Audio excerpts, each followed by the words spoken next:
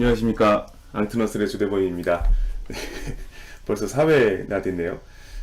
오늘은 넷째 주죠. 그래서 처음에 계획대로라면 이번 주는 이제 기업가 정신 교육 관계자분들을 인터뷰하는 날인데, 저는 어느 정도 이제 제가 하고 싶은 이야기를 진행한 후에 하는 게 낫겠다 싶더라고요. 그리고 일단 제가 뭐 인지도가 있어야 뭐 출연을 해주시고 할 텐데 아직 조금 미천하네요. 그래서 오늘은 기업가 정신 교육에 대한 개념을 같이 좀 이야기해 보도록 하겠습니다. 우선 이제 기업가 정신에 대한 정의는 생각보다 되게 다양해요. 그래서 가장 많이 나오시는 분들이 이 두 분이죠. 거의 뭐 먼저 말씀하신 분들이라서 세계 최초로 이제 기업가 정신에 대해서 체계적으로 접근하신 분이 요 조지프 슈페터님입니다. 이분은 이제 기업가 정신을 기술 혁신을 통해 창조적 파괴에 앞장서는 기업가의 노력이나 의욕을 기업가 정신이라고 이렇게 정의하셨습니다. 그리고 여기 피터 드러커님, 요분은 이제 현대 경영학의 아버지로 불리시는 분인데, 이분은 기업가 정신을 위험을 무릅쓰고 포착한 기회를 사업하려는 모험과 도전의 정신이라고 말씀하셨습니다. 또 좀 옛날 이야기긴 합니다만 가장 근간이 되는 이야기죠. 이 외에도 정말 다양합니다. 시대에 따라서, 나라에 따라서, 환경에 따라서, 어떤 개인의 철학에 따라서 조금씩 차이들이 좀 있습니다. 저는 위험을 무릅쓰고 여기 있는 것처럼 기성을 파괴하는 정신 또는 행동, 요즘에 있나요? 예. 위험을 무릅쓰고 기성을 파괴하는 정신 또는 행동. 요 표현을 가장 좋아합니다. 우리 학생들에게 가장 필요한 부분이기도 하거든요. 특히 요즘에 이제 가장 많이 느끼는 부분이기도 한데요. 학생들이 이제 저 같은 기성세대의 기준에 따라서 모든 걸 판단하는 경향이 좀 있더라고요. 특히 이제 진로, 직업을 선택할 때도 보면 더 그래요. 예를 들어서 뭐 교사나 공무원처럼 되게 안정적인 직업을 많이 좋아를 하잖아요. 근데 그 안정이라는 게 우리들 상황이죠. 우리들 기준에서 보면 되게 안정적이에요. 교사나 공무원이. 그런데 학생들이 뭐 빠르면 5년, 뭐 10년 후에나 이제 교사가 되고 공무원이 될 거잖아요. 근데 그때도 안정적인 직업이라고 장담할 수 있을까라는 생각이 들어요.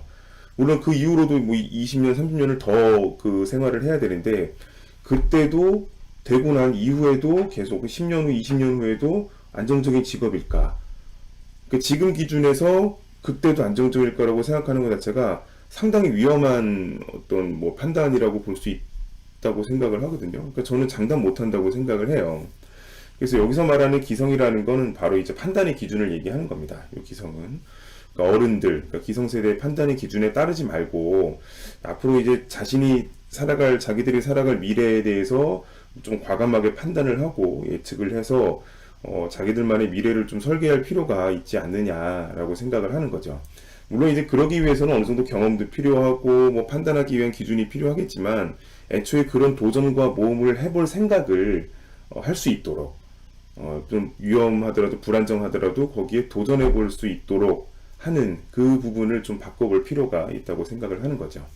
이게 결국 기성을 파괴한다는 게 그런 이야기입니다. 지금은 이제 대기업가 정신 시대입니다. 요즘 정말 핫하죠, 기업가 정신 자체가. 백종원님 모르시는 분 없으시죠? 여기 조그맣게 있으신 분. 여기 김방만님 말고요. 백종원님 모르시는 분 아마 없으시죠? 우리나라에서 안티가 거의 없는 분 중에, 손꼽히는 분 중에 한 분일 거예요. 제가 기억하기로 인터넷에서 본 거 1위는 김연아 선수고요. 네, 안티가 없더라고요, 거의. 김연아 선수고, 뭐 백종원님도 5손가락 안에 항상 드시는 것 같아요. 근데 이제 왜 그렇게 안티가 별로 없고 존경을 받으시는지 생각을 해보면 아마 모든 것을 공개하기 때문일 거예요. 비법도 다 공개하시고, 또 없으면 또 연구해서 또 공개하시고, 그러니까 모든 것을 다 본인이 알고 있는 것을 많은 사람들을 위해서 공개를 하시죠. 유튜브에서 집 짓는 법 치니까 이렇게 뒤에 있는 것처럼 또 이렇게 나와요. 그러니까 유튜브만 봐도 집을 지을 수 있을 정도로 제가 몇 개 봤는데요. 그냥 진짜 완전 처음부터 법적인 부분부터 해서 재료는 어떻게 구하고 이런 부분들이 아주 상세하게 나오더라고요. 그러니까 요리부터 해서 집 짓는 거, 뭐 옷 개는 거 등등, 뭐 우리가 원하는 거는 뭐든지 다 찾을 수가 있죠. 정말로 다 공개되는 거예요. 그러니까 지금은 모든 것이 공유되는 세상입니다. 공개되고 공유되는 세상. 다시 말하면 무엇이든 할 수 있다는 거죠. 그러니까 굳이 안 배워도 다 찾아서 할 수 있는 거예요. 그러니까 뭐든지 다 할 수 있다는 건 선한 영향력을 주는 창업가가 될 수도 있지만, 반대로 아이고 죄송합니다. 반대로 범죄자가 될 수도 있다는 말입니다. 그 뉴스 같은 것만 봐도 모방범죄 이야기가 심심찮게 나오잖아요.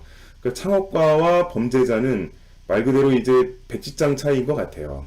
그래서 더더욱 우리 같은 교육자 역할이 중요하다고 말할 수 있죠. 그 공개된 정보를 어떻게 활용할 것인가, 모두가 다 알고 있는 그런 정보들이나 방법들을 어떻게 하면 선한 영향력을 끼칠 수 있는 방법으로 이제 만들어 갈 것인가, 이제 그거를 좀 잘 다듬어 줘야겠죠. 가르친다고 말하기는 조금 애매하고, 학생들이 그렇게 생각할 수 있도록 그 정신을, 올바른 가치관을 가질 수 있도록 우리가 도와줄 필요가 있다고, 더 그럴 필요가 있다고 생각을 합니다. 그래서 저는 기업가 정신하고 기업가 정신 교육을 각각의 고유명사로 구분해야 된다고 강력히 주장하는 사람 중에 한 명입니다. 우리가 뭐 대학교 때면 수학과 다르고 수학교육과 다르고 과학 다르고 과학교육 다르듯이 기업가 정신하고 기업가 정신 교육도 분명히 달라야 한다고 생각하는 거죠.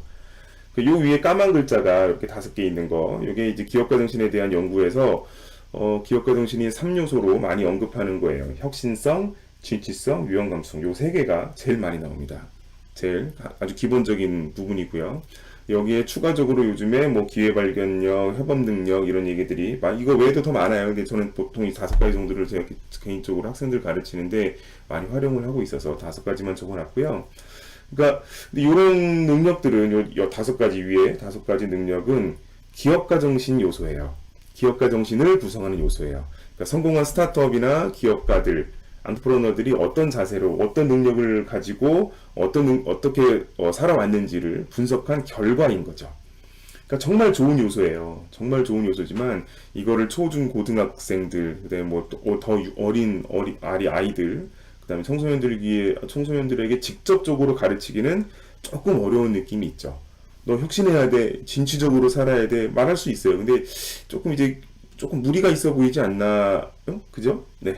그래서 저는 이 기업가 정신의 요소를 발휘하려면, 이 위에 있는 기업가 정신 요소를 발휘하려면 학생들이 졸업하고 어른이 돼서 5년 후, 10년 후잖아요.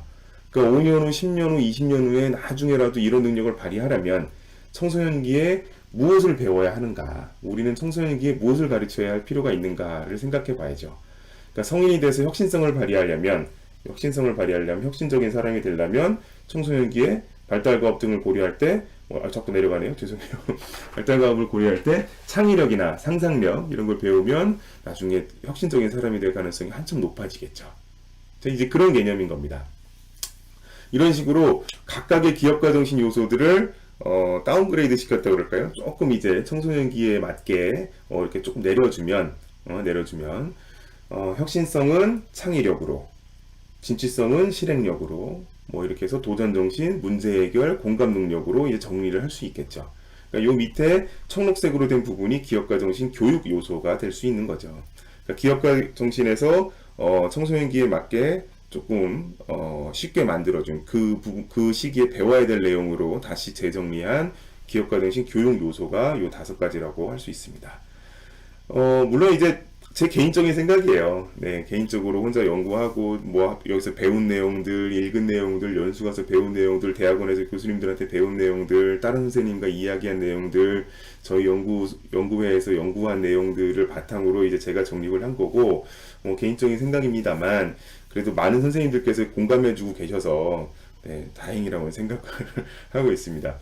근데 또 이제 각각을 보면, 요 밑에 한번 보세요. 창의력 교육 이미 하고 있어요.